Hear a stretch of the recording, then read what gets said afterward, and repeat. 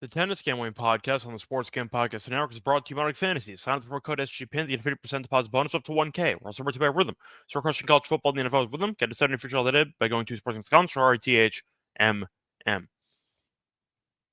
And welcome, everybody, to the Tennis Gambling Podcast here on the Sports Gambling Podcast Network. It is currently Thursday night, roughly 11 p.m. Eastern Time on November 7th. I'm your host, always, Scott Reichel, once again going solo for this pod. Should be a fun episode, but a bit short. Only two matches to preview at a semifinal time in both Belgrade and in Metz. So only four matches to actually preview for the upcoming Friday slate. But either way, point is looking forward to breaking them down. Couple of fun matches on paper, so hopefully they live up to the actual hype. Either way, though, before getting into the actual breakdown of those four matches for Friday, I want to remind you once again that you can show support for the show by subscribing on YouTube. And a reminder, you can also show support by leaving a rating and a review on Spotify or Apple. Plus, a reminder, check out the merch store on the SGPN website. We have a lot of great Tennis Game Podcast merch. We have sweatshirts, t-shirts, and mugs, all high quality, all affordable, different colors as well. So once again, shop around and see if you can find something that you like. But a reminder, you can find a lot of different merchandise for other shows on the network, not just this show. So if you do enjoy the tennis show, if you enjoy the baseball show, if you enjoy the basketball show,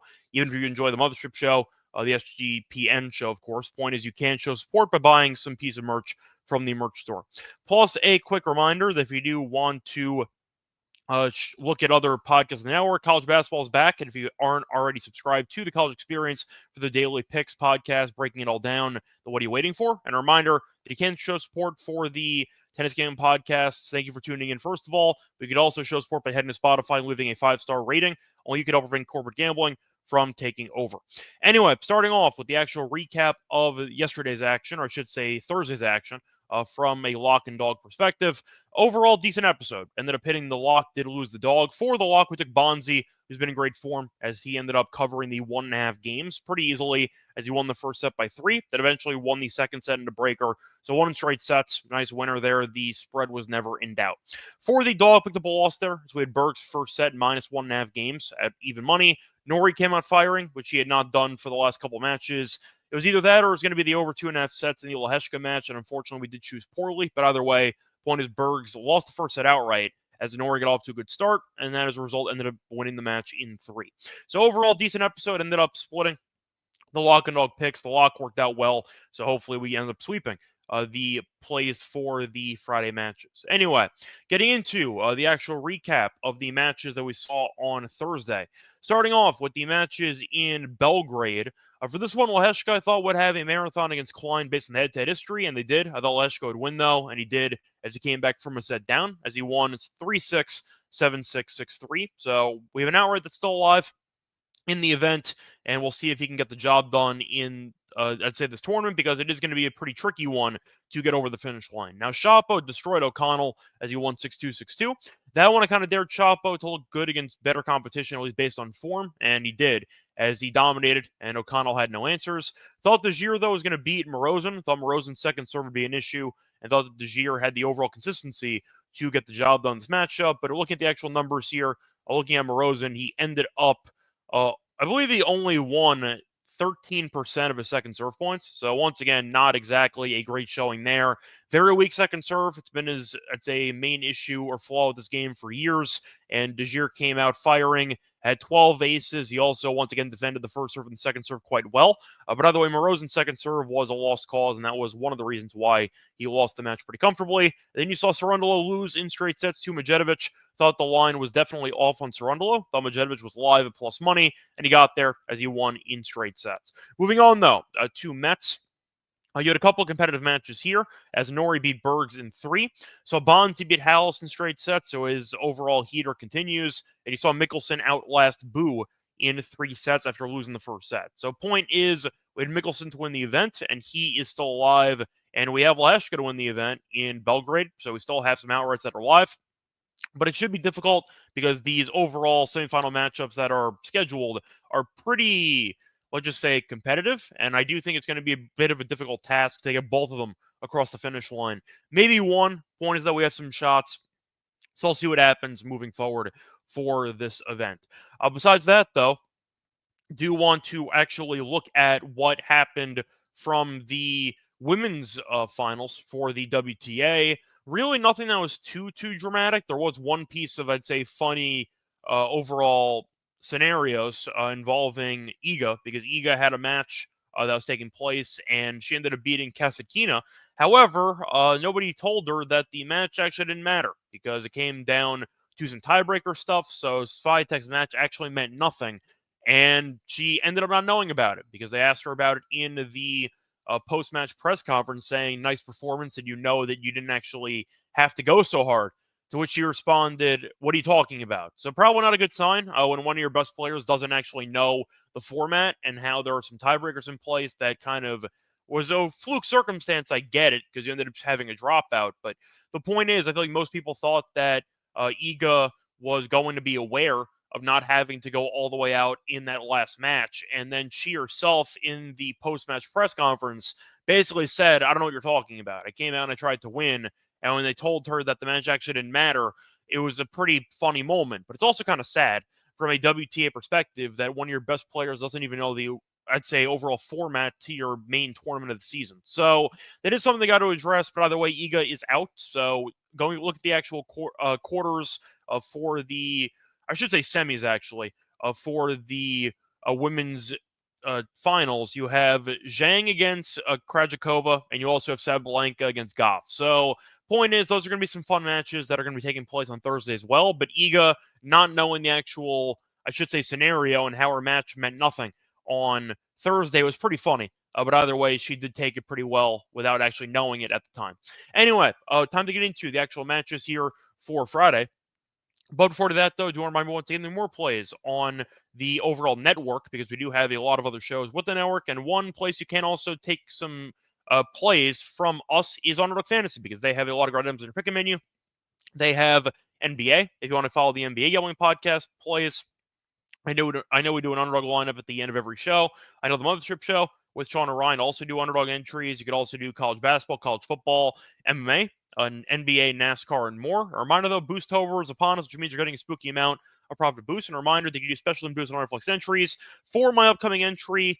I know the Ravens game's going on right now. I know Lamar does have higher on his actual pass touchdowns. So that was a nice win for us. For the upcoming week 10 slate on Sunday, what do I want to go with for this one? Sorry, trying to just look around if there's anything that I like. What I want to go with here. I feel like I might actually go for something extremely degen, which I am kind of intrigued by.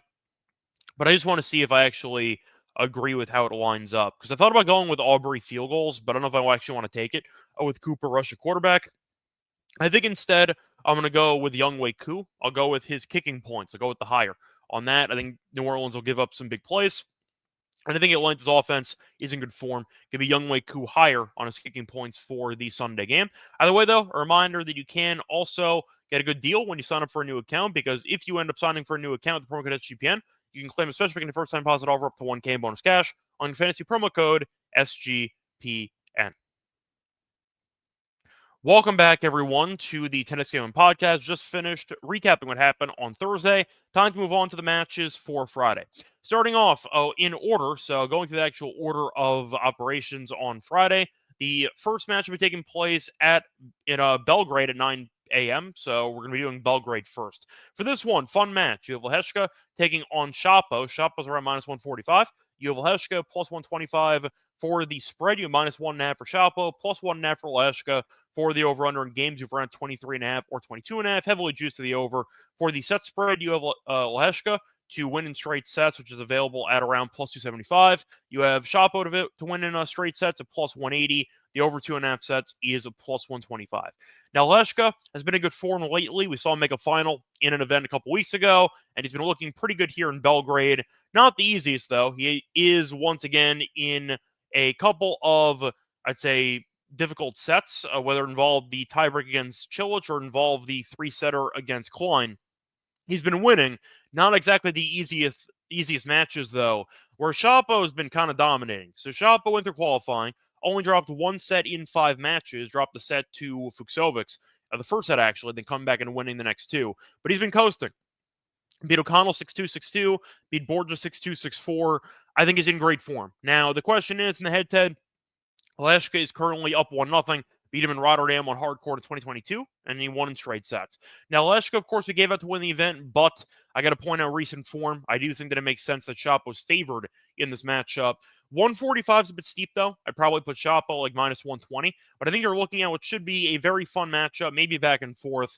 But Shapo's really seemed to find his groove on the courts here, and it seems like Heshka's been getting by, but he has been struggling to actually dominate. And with that being the case, I do think Shapo will be able to make his presence known in this matchup. He's got the firepower. He has a very underrated serve. And when he is clicking on both wings, he's very difficult to beat. So I am going to go with Shapo in this one to get the job done. I'll go with the -1 for games, which you can find minus half a game is like minus 135. So you can find -1 games for about minus 120. Don't mind that. I think that Shapo, once again, has some value. If you want to go for the over 2.5 sets, I don't hate it per se, but you're looking at Shapo, who I think is finally playing good tennis, which we've been waiting all year for, and I'll back him in the spot because of it. Moving on to the next match, you have a match between two Serbians, so we do have a guaranteed Serbian in the final. You have Medjedovic taking on Dejir. So for this one, Medjedovic is minus 130, Dejir is plus 110. For the game spread, you have -1 for Medjedovic, you have +1 for Dejir. The games are around 22.5 or 23.5. For the set spread, you have Medjedovic in straight sets at plus 200. You have Dejir in straight sets at plus 250. The over 2.5 sets is around plus 1. I should say the over 2.5 sets around plus 125. Now, for this one, it should be an interesting matchup because both guys have been looking good on the courts here. Both guys have firepower, and that should result in a fun head-to-head matchup. Now, Dejir is currently 2-1 lifetime. Faced off this year, actually, in Stockholm. And Dejir did beat him 6-3, 6-2. 6-3, 6-4, I mean. Point is, though, you're looking at Dejir winning the first meeting in Belgrade. They actually faced off here 2 years ago, and Dejir did win in straight sets. Medjedovic, though, did win one as Dejir retired midway through the second set in Astana. But Dejir in the head-to-head has been successful, winning 2 of the 3 matches in straight sets. Now, I do think that based on the overall serving ability that Medjedovic has, it makes sense that he is favored in the matchup. Am I going to bet him to be the favorite? No. I think that you're looking at Dejir, who has some value as the dog. I mentioned before, he's up in the head-to-head. He's playing great tennis. We did like him against Morozin, and he has been returning pretty well. Medjedovic, though, I do think, despite having a good serve, can be a bit, I'd say, impatient at times. And I do think that Dejir has the game to extract unforced errors by just remaining rock solid. So I am going to go with Dejir for the actual price. I think that it's too big. I'm going to go with Dejir to get the job done at like plus 110. I think Medjedovic should be like minus 115. Really not seeing much separating both guys. So I am going to go with Dejir to once again keep this match extremely close and to potentially win it. I'll go with the plus money play for this one.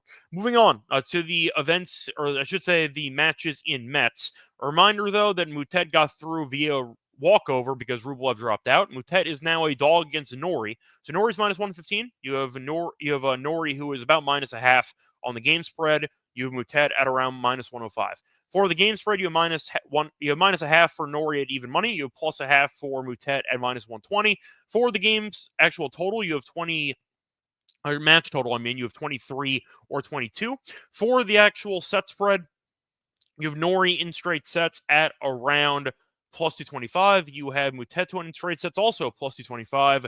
The over 2.5 sets is around plus 135. So for this one, I like the over for this matchup. I see probably a 3-setter. Nori's going to a third set in every single round here. While you're looking at Mutet, who has been vulnerable to actually dropping sets. You're looking at Mutet, who has dropped a set in 2 of his last 3 matches minimum. So with that being the case, I am going to go with the over in this one. I see a 3-setter faced off on hard court in Paris 2 years ago. That match also went 2-3 sets. So point is, you have seen a little bit of history in the head-to-head where it's been competitive. It's been competitive just conceptually in the event, and I do think that you're looking at it should be a pretty, I should say, unpredictable matchup. So I'm going to go with Mutet for the value, especially in the home country of France, but I am going to go with the over. I see a very close back-and-forth final set affair. Moving on, though, to the last match, you have Mickelson against Bonzi.